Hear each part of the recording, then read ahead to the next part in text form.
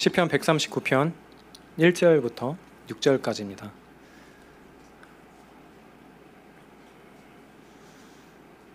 우리 다 같이 한번 읽어볼까요?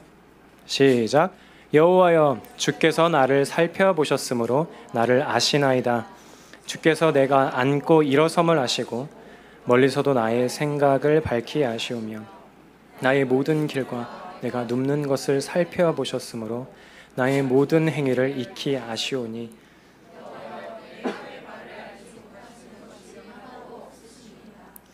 주께서 나의 앞뒤를 둘러싸시고 내게 안수하셨나이다. 이 지식이 내게 너무 기이하니 높아서 내가 능히 미치지 못하나이다. 아멘. 우리가 세상을 살아가면서 여러 사람들을 만나곤 하죠. 그리고 그 사람의 지성에 대해서 알게 될 때가 있습니다. 그리고 그럴 때에 꼭 등장하는 것 중에 하나는 무엇입니까? 이 언어에 대한 부분들이죠. 여러 언어를 사용할 수 있는 사람들에 대해서 이야기할 때에 막 언어 천재라고 하기도 하고, 그들이 많은 노력으로 여러 언어를 자유롭게 구사하는 것을 보면서 저 사람은 정말 언어 쪽에 있어서 정말 너무 탁월하다라고 이야기를 하기도 하면서 동시에 저 사람은 지적으로 참 뛰어나다라는 말을 하기도 하죠. 그러면 하나님께서 지적으로 뛰어나시다, 하나님께서 탁월하시다라는 것은 어떤 의미를 가지고 있는 걸까요? 오늘 함께 살펴볼 하나님의 속성은요, 하나님의 전지하심입니다. 하나님께서 전지하시다라는 것은 어떤 의미일까요? 어쩌면 여러분들 중에서는 이 부분을 잘 배워본 적이 없거나 설교를 들은 적이 없다면 하나님께서 그냥 뭔가 스마트하시다, 나와는 차원이 다른 똑똑함을 가지신 하나님이시다라고 생각할지도 모르겠습니다. 나보다 많이 아시는 하나님. 여러분이 하나님의 속성에 대해서 조금 공부를 하신 적이 있다라고 한다면 하나님께서 모든 것을 다 아신다라고 답을 내릴 수도 있을 겁니다. 하지만 하나님의 전지하심은요, 하나님께서 모든 것을 다 아신다, 그 이상의 의미를 가지고 있습니다.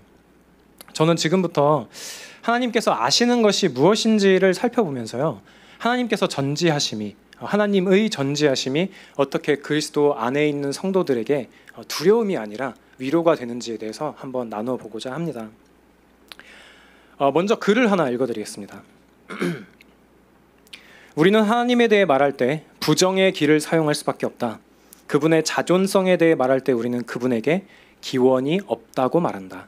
그분의 영원성에 대해 말할 때 우리는 그분에게 시작이 없다고 말한다.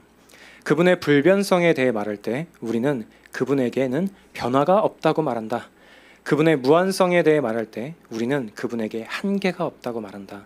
그분의 전지성에 대해 말할 때 우리는 그분이 모르시는 것이 없다고 말한다.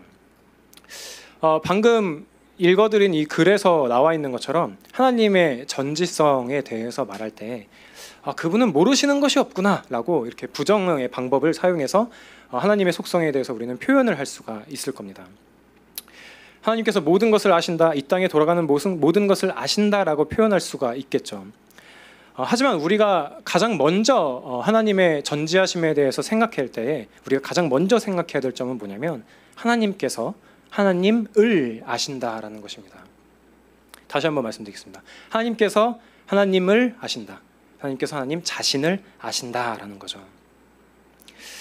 하나님께서 전지하시다라는 것은 모든 것을 다 아신다라는 건데, 이 세상의 모든 지식을 다 가진 존재가 있다고 하더라도 하나님께서 가지신 지식 그 안에만 있을 뿐이라는 거죠.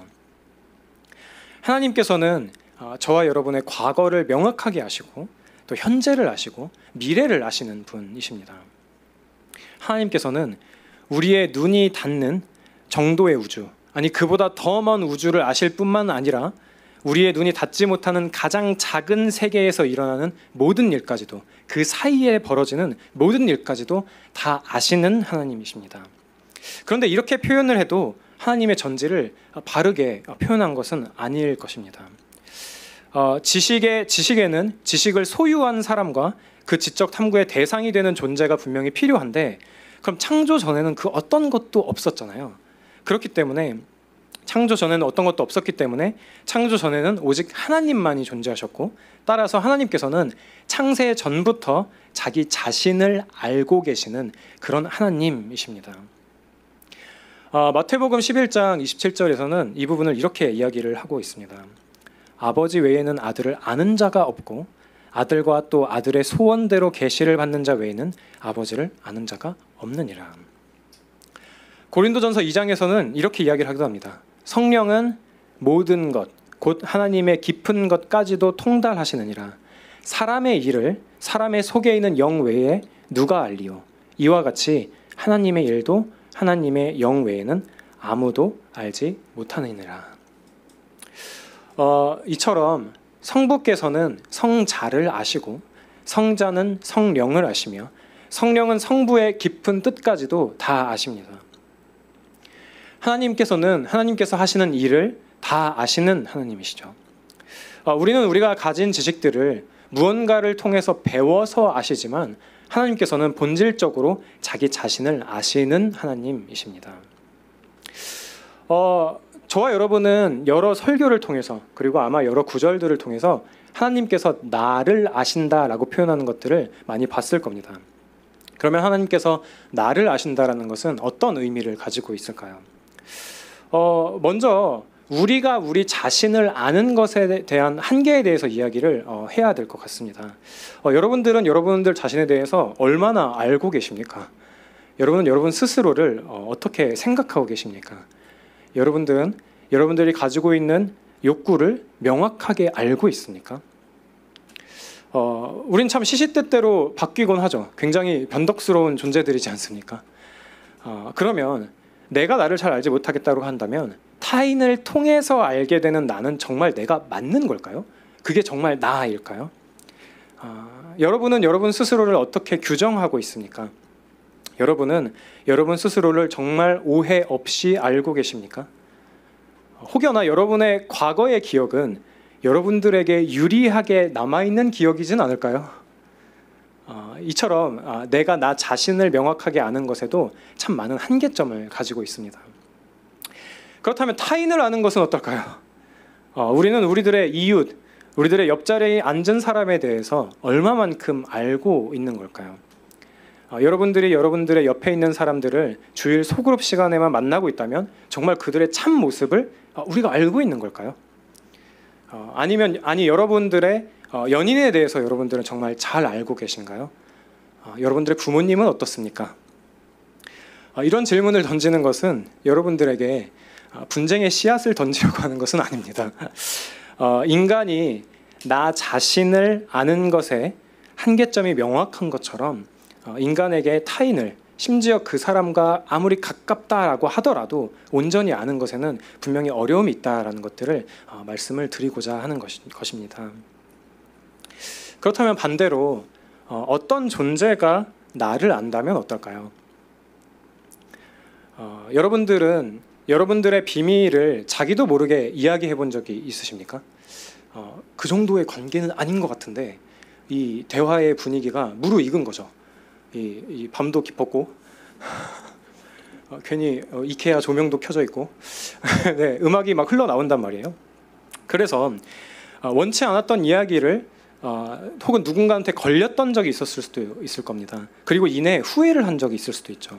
나의 비밀을 알고 있는 사람이 그 비밀을 폭로하게 될까 봐 그때 느끼는 그 두려움은 굉장히 큰 두려움일 겁니다.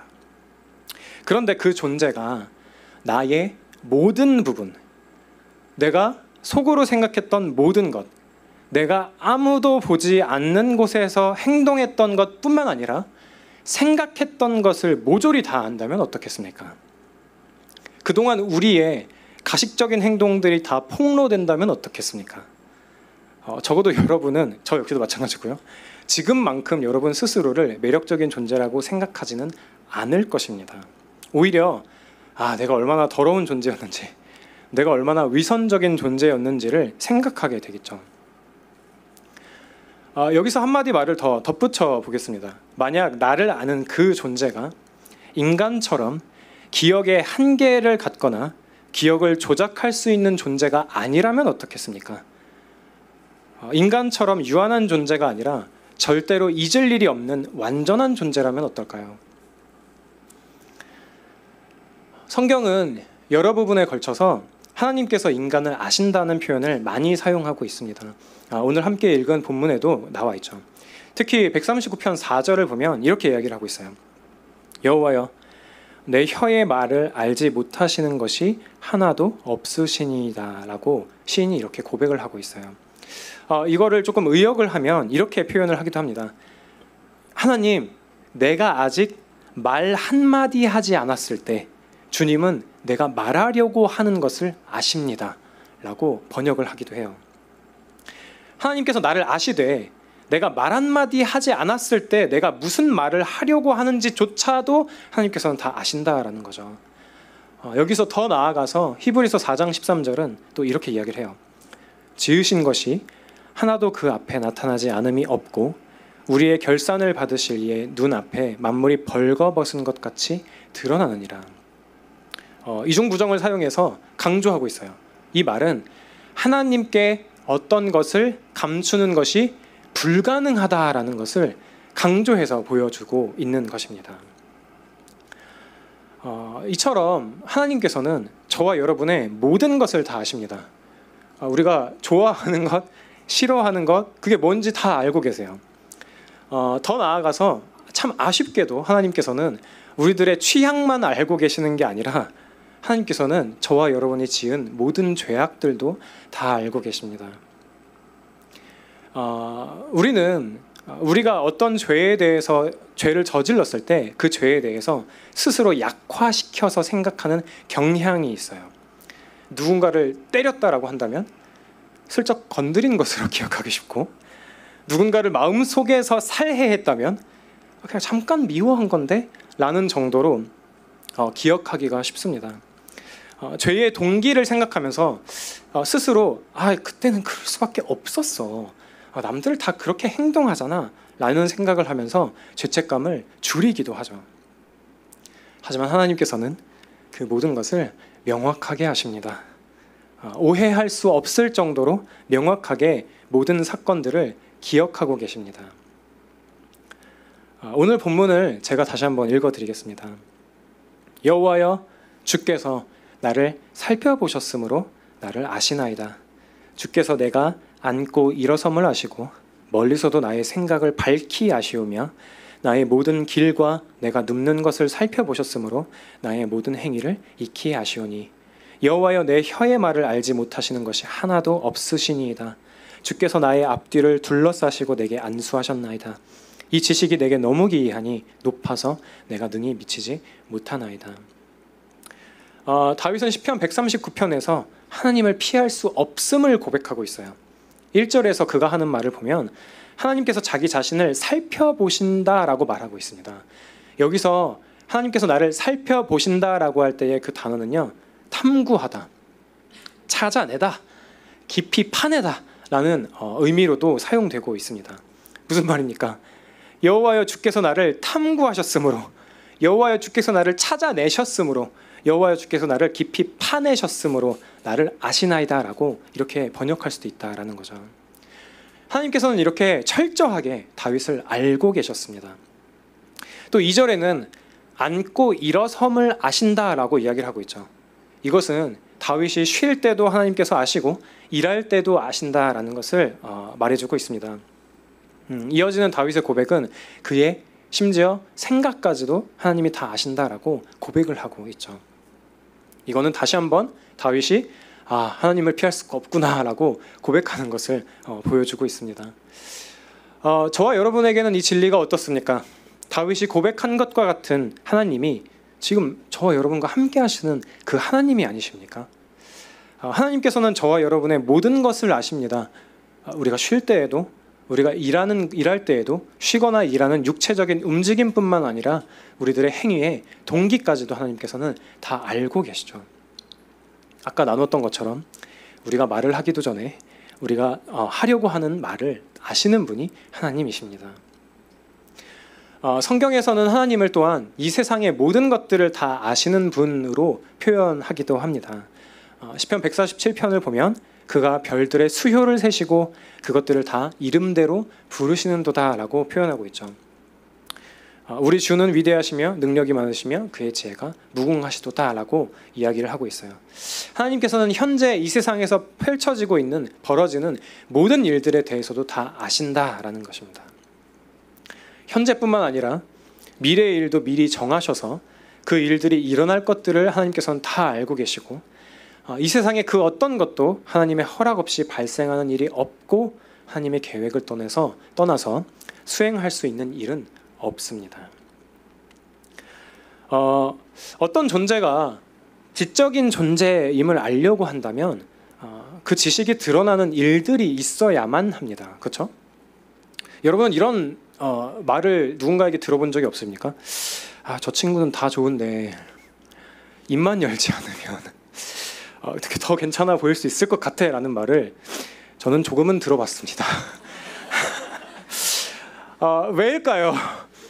입을 열었을 때 저의 지식 수준이 드러났기 때문이었겠죠. 대학교에서 학생을 가르치는 교수님들은 어떻습니까? 딱 그 교수님들이 가지고 있는 말하는 투가 있습니다. 그러니까 그분들의 지적인 수준의 그냥 대화를 통해서도 좀 발견되는 부분들이 분명히 있다라는 거죠. 꼭 가르치는 자리가 아니라고 하더라도 마치 어떤 버릇처럼 나오는 것들이 분명히 있는 것 같아요. 그의 지식이 그의 언어를 통해서 이렇게 드러나게 된다라는 거죠. 하나님의 지식이 항상 이런 방식으로만 드러나게 되는 것은 아니지만 아닙니다. 근데 우리가 하나님의 지성을 예를 들어서 나는 하나님의 지성을 다 안다 혹은 다 파악했다라고 한다면 우리는 하나님보다 지적으로 더 뛰어난 존재여야만 할 것입니다. 그렇지만 그런 존재가 어디 있겠습니까? 성경의 증언처럼 우리는 인간의 지식은 유한하고 제한적이고 하나님의 지식에 비하면 너무 좁고 작고 얕을 뿐이죠. 하지만 하나님께서 직접 자신의 지식과 지혜에 대해서 말씀하신 게 있다면 이야기가 조금은 달라집니다. 그보다 더 하나님의 지혜에 대해서 잘 파악할 수 있는 부분은 없을 것입니다. 그리고 그 중에서도 성경은요, 하나님의 지혜와 지식의 모든 보화가 감추어져 있다라고 말하는 부분이 있습니다. 골로새서 2장입니다. 내가 너희와 라오디게아에 있는 자들과 물은 내 육신의 얼굴을 보지 못한 자들을 위하여 얼마나 힘쓰는지를 너희가 알기를 원하노니 이는 그들로 마음의 위안을 받고 사랑 안에서 연합하여 확실한 이해의 모든 풍성함과 하나님의 비밀인 그리스도를 깨닫게 하려 함이니 그 안에는 지혜와 지식의 모든 보화가 감추어져 있느니라. 바울은 전지하신 하나님의 지혜와 지식의 보물창고가 무엇이라고 이야기를 하고 있습니까?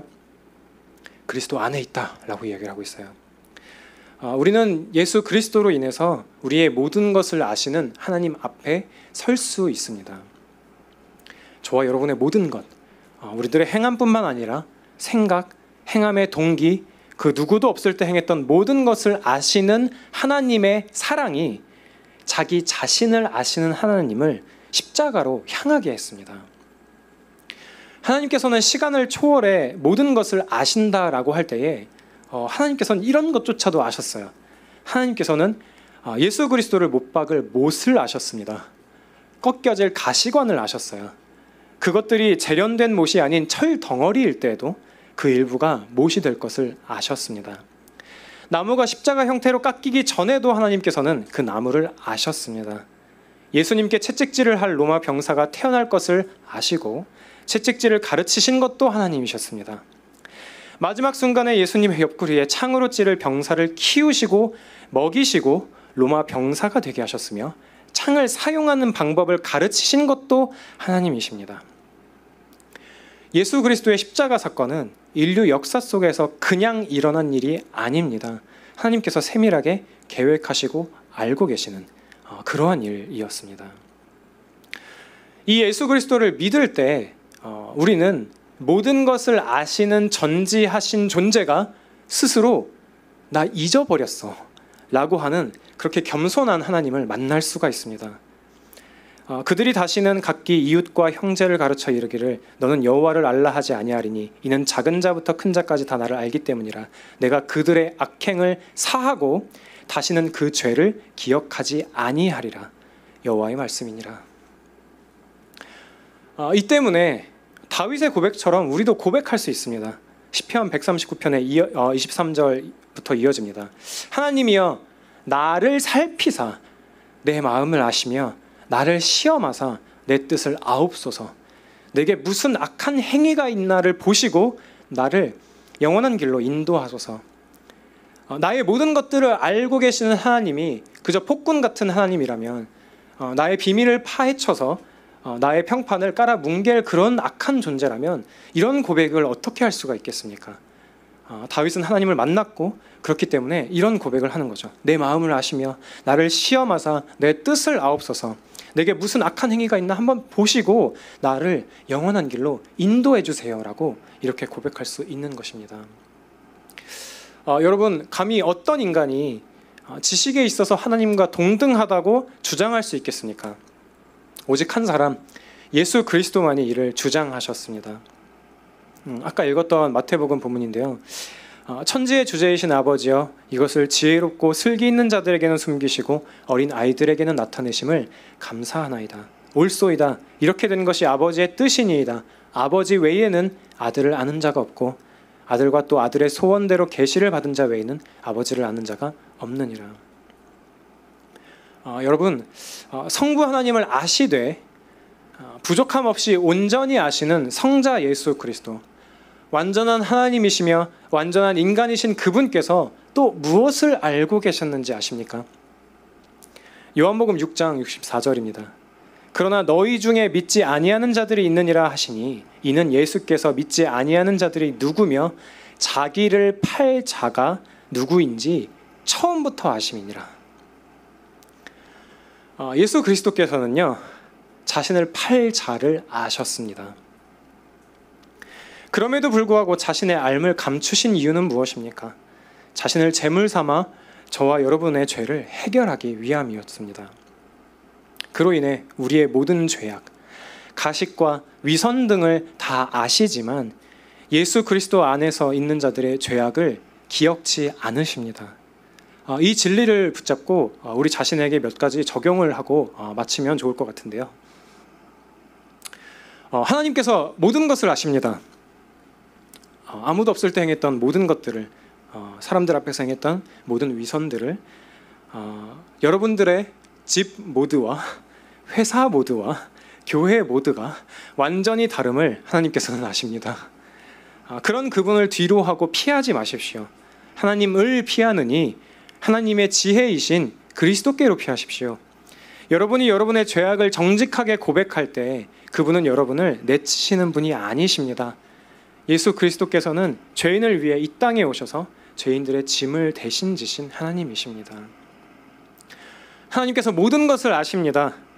저와 여러분들이 진정으로 이 사실들을 믿는다면 하나님께서 저와 여러분보다 지혜로운 분이심을 또한 믿어야 할 것입니다.